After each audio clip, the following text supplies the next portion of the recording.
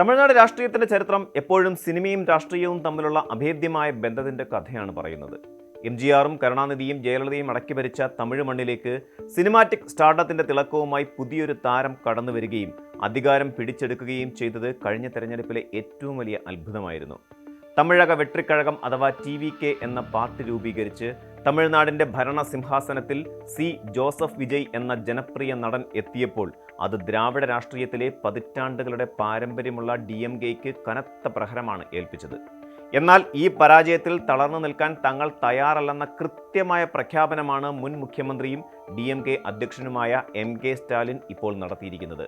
ചെന്നൈയിൽ വെച്ച് നടന്ന പാർട്ടിയുടെ ജില്ലാ സെക്രട്ടറിമാരുടെ അടിയന്തര യോഗത്തിൽ സ്റ്റാലിൻ നടത്തിയ പ്രസ്താവനകൾ തമിഴ് രാഷ്ട്രീയത്തിൽ മാത്രമല്ല മൊത്തം ദക്ഷിണേന്ത്യൻ രാഷ്ട്രീയത്തിലും വലിയൊരു ചർച്ചയ്ക്ക് വഴി തുറന്നിരിക്കുകയാണ്.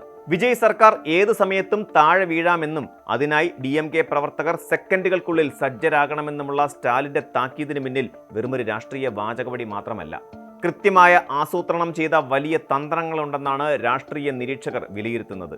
തെരഞ്ഞെടുപ്പിലെ അപ്രതീക്ഷിത പരാജയം വിശകലനം ചെയ്യാൻ കൂടിയ യോഗത്തിൽ തികച്ചും നാടകീയമായ രംഗങ്ങളാണ് അരങ്ങേറിയത്. തമിഴ്നാട്ടിലെ തെരഞ്ഞെടുപ്പ് ഫലത്തെ രാഷ്ട്രീയ സുനാമി എന്നാണ് സ്റ്റാലിൻ വിശേഷിപ്പിച്ചത്. 5 വർഷത്തെ DMK ഭരണത്തോട് പൊതുജനങ്ങൾക്കുണ്ടായിരുന്ന മതിപ്പും വികസന നേട്ടങ്ങളും വോട്ടാക്കി മാറ്റുന്നതിൽ പാർട്ടിയുടെ താഴെത്തട്ടിലുള്ള സംവിധാനങ്ങൾ ദയനീയമായി പരാജയപ്പെട്ടുവെന്ന് അദ്ദേഹം തുറന്നു സമ്മതിച്ചു. സാധാരണയായി ഒരു വലിയ തെരഞ്ഞെടുപ്പ് പരാജയം ഉണ്ടാകുമ്പോൾ പാർട്ടി നേതാക്കൾ പ്രാദേശിക ഭാരവാഹികളെ കുറ്റപ്പെടുത്താറാണ് പതിവ്. എന്നാൽ ഇവിടെ സ്റ്റാലിൻ വ്യത്യസ്തമായൊരു ശൈലിയാണ് സ്വീകരിച്ചത്. പരാജയത്തിൽ പരസ്പരം കുറ്റപ്പെടുത്തുന്നത് നിർത്തണമെന്നും പാർട്ടിയുടെ അധ്യക്ഷൻ എന്ന നിലയിൽ ഈ കനത്ത പരാജയത്തിന്റെ പൂർണ്ണ ഉത്തരവാദിത്തം താൻ ഏറ്റെടുക്കുന്നുവെന്നും അദ്ദേഹം വ്യക്തമാക്കി. ഈ കുറ്റസമ്മതം യഥാർത്ഥത്തിൽ പ്രവർത്തകർക്കിടയിൽ ഒരു പുതിയ ഊർജം നിറയ്ക്കാനും അവരുടെ നിരാശ മാറ്റാനുമുള്ള ഒരു മനഃശാസ്ത്രപരമായ നീക്കമായിരുന്നു. നേതൃത്വം കൂടെയുണ്ടെന്ന ബോധ്യം പ്രവർത്തകർക്ക് നൽകുന്നതിലൂടെ മാത്രമേ പാർട്ടിയെ വീണ്ടെടുക്കാൻ കഴിയൂ എന്ന് സ്റ്റാലിന് നന്നായി അറിയാം. അതേസമയം തന്നെ ഭരണവിരുദ്ധ വികാരം കൃത്യമായി മനസ്സിലാക്കുന്നതിൽ പാർട്ടിക്ക് എവിടെയാണ് പിഴച്ചതെന്ന് കണ്ടെത്താൻ അദ്ദേഹം 20 ദിവസത്തെ കടുത്ത സമയപരിധിയാണ് നിശ്ചയിച്ചിരിക്കുന്നത്. പരാജയത്തിന്റെ കാരണങ്ങൾ വെറുതെ ചർച്ച ചെയ്ത് സമയം കളയാൻ DMK തയ്യാറല്ല. ഇതിനായി ഒരു ഉന്നതതല അന്വേഷണ സമിതിക്ക് സ്റ്റാലിൻ രൂപം നൽകി കഴിഞ്ഞു. ഈ സമിതി സംസ്ഥാനത്തിനുടനീളം സഞ്ചരിച്ച് ഓരോ മണ്ഡലത്തിലെയും താഴെത്തട്ടിലുള്ള പ്രവർത്തകരിൽ നിന്നും ഭാരവാഹികളിൽ നിന്നും നേരിട്ട് വിവരങ്ങൾ ശേഖരിക്കുകയും കൃത്യം 20 ദിവസത്തിനുള്ളിൽ ഈ റിപ്പോർട്ട് സമർപ്പിക്കാനാണ് നിർദ്ദേശം നൽകിയിരിക്കുന്നത്. റിപ്പോർട്ട് ലഭിച്ചാലുടൻ പാർട്ടിയിൽ വലിയൊരു ശസ്ത്രക്രിയ തന്നെയായിരിക്കും നടക്കുകയെന്ന സൂചനയാണ് സ്റ്റാലിൻ നൽകുന്നത്. തോൽവിക്ക് കാരണക്കാരായവർ ആരായാലും അവരുടെ സ്ഥാനമാനങ്ങളോ പാർട്ടിയിലെ സ്വാധീനമോ നോക്കാതെ കടുത്ത നടപടിയുണ്ടാകുമെന്ന കൃത്യമായ താക്കീത് അദ്ദേഹം നൽകിക്കഴിഞ്ഞു.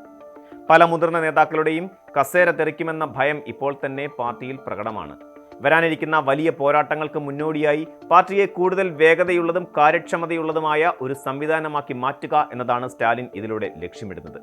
തമിഴ്നാട് രാഷ്ട്രീയത്തിൽ ഒരു തിരിച്ചുവരവ് നടത്തണമെങ്കിൽ പാർട്ടി ഘടനയിൽ വലിയ മാറ്റങ്ങൾ അനിവാര്യമാണെന്ന് അദ്ദേഹം തിരിച്ചറിയുന്നു. സി ജോസഫ് വിജയ് ഇത് വേണമെങ്കിൽ കുറിച്ചു വെച്ചോ, നിങ്ങളുടെ ഭരണം അധികകാലം ഉണ്ടാകില്ല എന്ന സ്റ്റാലിന്റെ വാക്കുകൾ രാഷ്ട്രീയ എതിരാളികൾക്കുള്ള വെല്ലുവിളി എന്നതിലുപരി വരാനിരിക്കുന്ന രാഷ്ട്രീയ അട്ടിമറിയുടെ നീക്കങ്ങളുടെ സൂചനയായാണ് വിലയിരുത്തപ്പെടുന്നത്. ഒരു പുതിയ പാർട്ടി എന്ന നിലയിൽ TVKയ്ക്ക് അനുഭവ പരിചയമുള്ള നേതാക്കളുടെയും ജനപ്രതിനിധികളുടെയും കുറവുണ്ട്.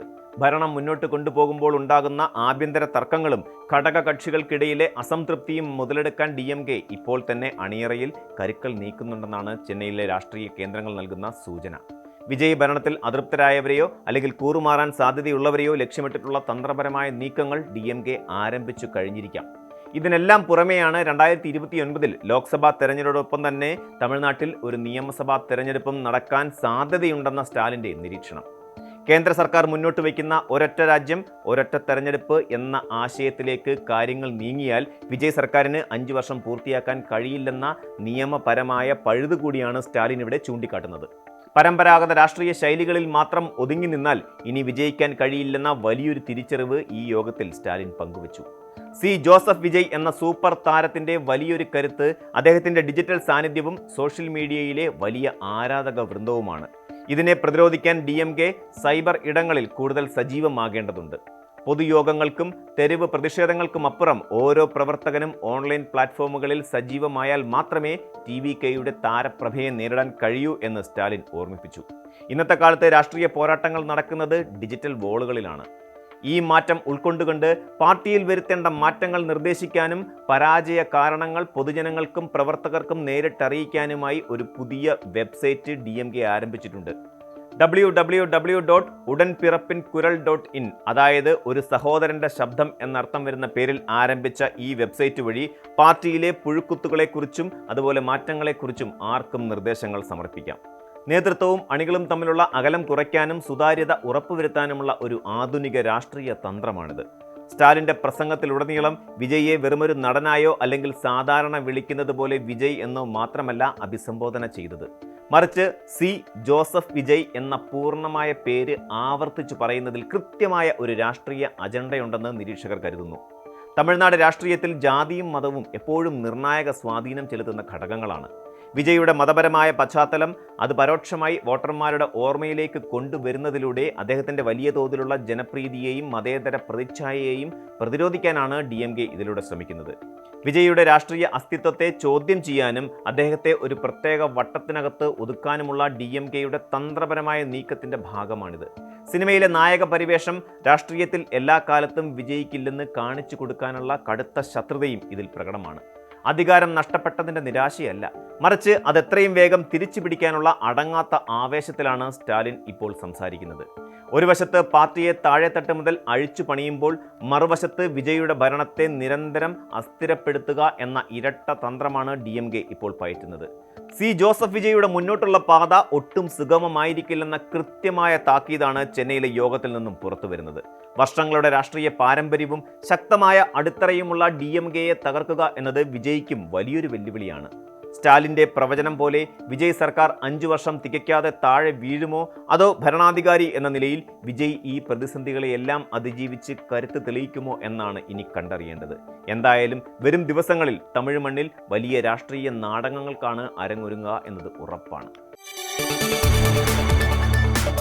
കൂടുതൽ വാർത്തകൾക്ക് News 18 Keralam YouTube channel subscribe ചെയ്യുക.